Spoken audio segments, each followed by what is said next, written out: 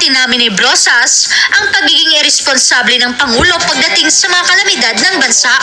Saad pa ni Brosas ay puro lamang umano salita ang Pangulo at walang nagawa. Brosas, bumaliktad na. Narito ang buong detalye. Move that we recognize the Honorable Arlene Brosas of the Gabriela Party List to avail of the privilege hour. Honorable Arlene Brosas of the party list Gabriela is recognized to. Thank you, Mr. Speaker. Maraming salamat po. To fellow members of the House of Representatives, guests, and Filipinos viewing today's session via online platforms, magandang hapon po sa inyong lahat. Lubog sa baha, puno ng makapal na putik, inanod na mga kagamitan, tambak na basura, siksikang evacuation centers, kumakalam na sikmura. Ito ang bumungad sa mamamayang Pilipino 2 araw matapos ipagmalaki ni Pangulong Marcos Jr. ang kanyang mga itinuturing na achievements sa kanyang ikatlong State of the Nation address. Ayon kay Pangulong Marcos Jr., bumaba umano ang poverty rate sa bansa mula 18% noong 2021 tungong 15.5% noong 2023. Mas mababa raw ito kumpara sa poverty rate na 16.7% noong 2018. Ayon pa sa kanya, 2.2 milyong Pilipino ang naiangat mula sa kahirapan at nabawasan ng lampas 1 milyon at 700,000 ang Pilipinong walang sapat na pambili ng pagkain. Ngayon, ang tanong, Mr. Speaker, ramdam ba ito ng mamamayang Pilipino? Ayon sa Social Weather Stations, SWS, tumaas ng 3.4 milyon ang bilang ng Pilipino na itinuturing ang kanilang sarili na mahirap mula noong maupo si Pangulong Marcos Jr. sa pwesto. Mula 12.6 milyon noong June 2022, naging 16 milyon ito ngayong June 2024. Ibig sabihin, napakaraming bilang ng mamamayang Pilipino ang hindi nakakakain ng sapat at hindi matugunan ang kanilang pangunahing mga pangangailangan sa araw-araw. Kasabay nito, nagtataasan ang presyo ng mga bilihin, pagkain at pangunahing serbisyo. Naglalaro ngayon ng 48 pesos hanggang 55 pesos kada kilo ang presyo ng bigas.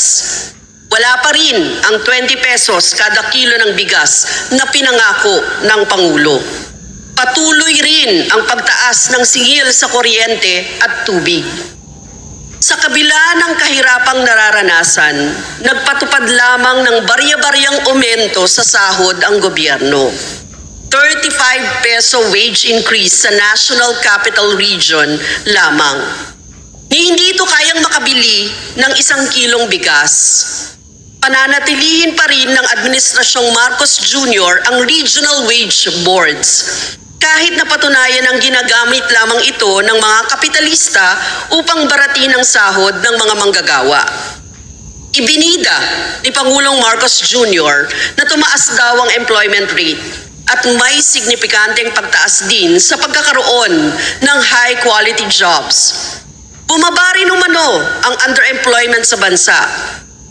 Ayon sa Ibon Foundation, 32.1 million o 74% ng sinasabi ng gobyerno na employed ay nakararanas ng mababang sahod, walang benepisyo o nasa informal na sektor ng paggawa. Hindi rin sinasama ng gobyerno sa bilang ng unemployment rate ang mga manggagawang tumigil sa paghahanap ng trabaho. Mr. Speaker, isa sa mga sagot ng gobyerno sa pagkakaroon ng trabaho sa bansa ay ang pagpapapasok ng mga dayuhang negosyo. Sa pamamagitan ng Create More Act, binigyang luwag at dagdag incentives ang mga dayuhang kumpanya. Ang daming kaltas sa napakaliit na sweldo ng mga manggagawa, habang ang gobyerno ay labis-labis ang nilalaan na proteksyon sa mga dayuhang negosyo. Sadlak din ang kalagayan ng ating mga magsasaka at mangingisda dahil sa patuloy na liberalisasyon sa agrikultura, lalo na ang patuloy na importasyon. Hindi binibigyang halaga ng gobyerno ang lokal na produksyon sa Pilipinas. Noong Hunyo lamang, naglabas ng executive order ang Pangulo na nagbababa sa taripa ng mga imported na produktong agrikultural tulad ng bigas, mais at baboy. Nandyan pa rin ang Rice Liberalization Law na patuloy na magpapapasok ng imported na bigas sa bansa. Nakasandig pa rin ang gobyerno sa importasyon. Sa ganitong kalagayan, lalong lalala ang kalagayan ng ating mga magsasaka at mangingisda. Kasabay nito, nagaganap ang militarisasyon at aerial bombing sa kanayunan upang bigyang daan ang pagtatayo ng matatayog na infrastruktura, pagmimina at land use conversion. Nitong taon lamang, binomba ng Philippine Air Force ang maraming lugar sa Abra. Gayon din nagpaulan ng bala at nag-aerial bombing ang Armed Forces of the Philippines sa Aurora. Nagdulot ito ng pagsasara ng mga eskwelahan at paglikas ng daan-daang individual sa kanilang tahanan. Ang sabi ng presidente sa kanyang talumpati, atin daw ang West Philippine Sea. Pero bakit labas-masok ang mga sundalong Amerikano sa ating mga teritoryo? Tingnan natin ang napakalaking budget na 2 trilyon para sa modernisasyon ng AFP. Ito ba ay talagang para sa ating pambansang seguridad? Dahil sa matagal na panahon, isa lamang itong pamamaraan upang magkalap ng kita para sa mga dayuhang kumpanya ng armas. Maski ang iligal na pagpasok ng US Typhoon missile system sa Ilocos Norte ay malinaw na paglabag sa ating mga batas at soberanya. Ito ay nagdudulot ng mas matinding tensyon sa West Philippine Sea at naglalagay sa ating bansa sa panganib ng gyera. Mr. Speaker, ang pagpapaunlad at pagpapalawak ng infrastruktura tulad ng mga railway, expressway, seaports at airports ang isa rin sa mga ipinagmalaki sa SONA. Kaliwat kanan din ang reclamation projects, mapanirang pagmimina at quarrying dito sa bansa. Tuloy-tuloy ang Build Better More at Development Aggression sa pamamagitan ng public-private partnership na nagdudulot ng korupsyon, magreresulta sa malawakang demolisyon at matinding pagbaha. Nakita natin nito lamang ang matinding epekto nito. Sinalanta ng Bagyong Karina ang maraming parte ng Luzon.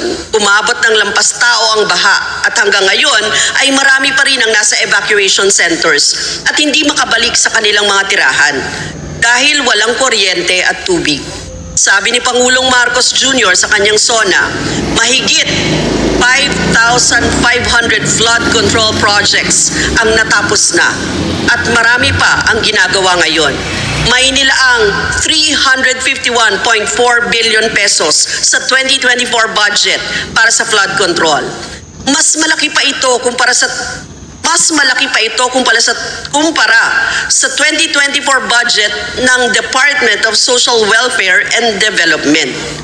Daan-daang bilyon ang nilaang pondo ng gobyerno para rito, ngunit nagdusa pa rin ang mamamayang Pilipino sa matinding baha. Mr. Speaker, the true state of the nation or the true state of the Filipino people is far from what the President or President Marcos Jr. painted in his State of the Nation address. Economic crisis, poverty, lack of jobs, meager wages, demolition, importation, landlessness, militarization, and vulnerability of natural disasters. These are the issues and problems the Filipinos are experiencing. Sa bagong Pilipinas, lalong nagdurusa ang mamamayang Pilipino. Kung may pagbabago man, yun ay lalong lumala ang kahirapan. Mr. Speaker, tunay na reforma sa lupa, pambansang industrialisasyon, pagkakaroon ng regular na trabaho at mataas na sahod, direktang pagpopondo sa pampublikong pangkalusugan, desente at abot kayang pabahay, libreng edukasyon at aksesibleng pampublikong serbisyo ang tunay na kailangan ng sambayanang Pilipino. At kaisa ang malawak na hanay ng mamamayan, ang Gabriela Women's Party para ipaglaban ito. Maraming salamat, Mr. Speaker. Thank you, Honorable Brosas. Majority Leader. Mr. Speaker, I move that we refer the speech of the Honorable Brosas to the Committee on Rules for its appropriate action. Is there an objection? Here is none. Privilege speech of Honorable Brosas referred to the Committee on Rules. Majority Leader. Mr. Speaker, I move that we recognize the Honorable Loreto P. Acharon of the Lone District of General Santos City to avail of the privilege hour. The Honorable Loreto Ton Acharon, the Lone District of General Santos City, is recognized to avail of the privilege hour. Thank you, Mr. Speaker. Mr. Speaker, distinguished colleagues, ladies and gentlemen, a pleasant good afternoon to everyone. Our country is undergoing a state of heightened urbanization, the likes of which we have not seen before. In the midst of all this, we have learned to accept the effects of such urbanization as we continue to pursue our prosperity in a global economy. The most immediate concern that comes to mind is the overwhelming vehicular traffic jams we experience and encounter every day. Thus, the need to be creative in our whole-of-nation approach to solve, prevent, reduce, or lessen the so-called Carmageddons. Our approach to this concern should be holistic, and the current efforts of the agencies tasked to institute innovations in the operations of river ferries, elevated skyways, elevated train systems, and point-to-point buses should be supported and commended. We also have dedicated bus, motorcycle, and bicycle lanes in Metro Manila. However, the concept, application, and implementation of the broad, real, genuine, and acceptable walkability in many major urban centers leave much to be desired. Mr. Speaker, distinguished colleagues, walkability is a relatively new term to describe how a city or a neighborhood is pedestrian-friendly, and to embrace walkability requires a change of perspective in the existing design of cities and municipalities, a change in the mindset of our local chief executives, and most important of all, a change in the way we value and prioritize pedestrian traffic over vehicular volume. A walkable and pedestrian-friendly environment in urban centers promotes the general welfare, protects and improves the quality of life, protects and promotes the right to health of the people while instilling health consciousness among all citizens, conditions that are essential for the enjoyment by all the people of the blessings of our democracy. The overall design of walkable communities is to prioritize pedestrians amidst a human-centered environment, a neighborhood or urban area that can be easily navigated by the general public on foot, characterized by a mix of residential, commercial, and recreational areas located within close proximity to each other. So how do we make communities walkable? Mr. Speaker, distinguished colleagues, the strategies are as many as they are varied. So please allow me to mention some of this. Number one, let us design pedestrian-friendly infrastructure, which means urban planners should prioritize the needs of pedestrians when designing streets in public spaces incorporated within green spaces, widening sidewalks, installation of adequate lighting, creating safe and accessible crosswalks. Number two, let us establish and enforce pedestrian-first policies. Policies, laws, and ordinances that prioritize pedestrians over vehicles should be established and implemented to assure the general public of their safety and comfort while walking a situation that will encourage and effectively promote walking as a healthy physical activity. Number 3, let us encourage and promote mixed-use developments. Walkable communities reduce the need for long commutes between zonal areas by integrating residential, recreational, and commercial areas. Zoning laws should be crafted in a manner that encourages mixed-use developments and provide incentives to real estate developers to incorporate amenities within walking distance. Last, or number 4, let us improve public transportation. Walkable communities should be well connected to efficient public transportation, such as elevated trains and bus rapid transit systems. Reliable and accessible public transit options such as buses, trains, or even bike-sharing programs can greatly reduce reliance of Filipinos on private vehicles. We should take note that improving pedestrian accessibility and availability of public transport are 2 of the sub-goals of the Sustainable Development Goals of the United Nations and one of the objectives of the World Economic Forum. Making our cities great places to live and work is our legacy to future generations. Anchored on a firm and resolute resolve to immediately begin working towards this goal because walkable cities do not happen overnight. It is in this spirit that I commend the Department of Transportation for pushing forward the EDSA Greenways project, which aims to improve the pedestrian environment in 4 areas, namely Balintawak, Cubao, Guadalupe, and Taft. These 5-kilometer elevated walkways will be connected to mass transit stations to promote the use of public transport by providing seamless accessibility between public transportation hubs. Mr. Speaker, distinguished colleagues, as we pursue our goals of decongesting Metro Manila traffic and honor our international commitments to lower carbon dioxide emissions, the EDSA Greenways project is a first among many undertakings that we hope to see and support in the 19th Congress and beyond, knowing fully well that these initiatives complements the ongoing improvements on metro rail transit and light rail transit systems, the ongoing Metro Manila subway, and the North-South commuter railway projects.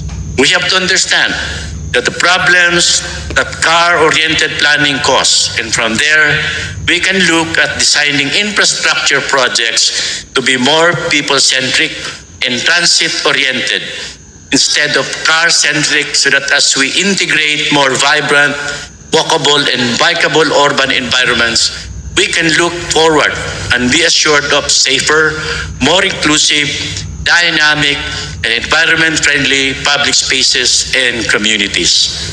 At the end of the day, Mr. Speaker, distinguished colleagues, it is by willingly giving our people the spaces they need that we can create a truly livable and healthy urban community centers. Thank you very, very much, Mr. Speaker, and my colleagues, for your kind attention, and good evening to everyone. Thank you, Honorable Acharon. Majority Leader. Mr. Speaker, I move that we refer the speech of the Honorable Acharon to the Committee on Rules for its appropriate actions. There is an objection. The chair hears none. The privileged speech of Honorable Acharon is referred to the Committee on Rules. Majority Leader. Mr. Speaker, I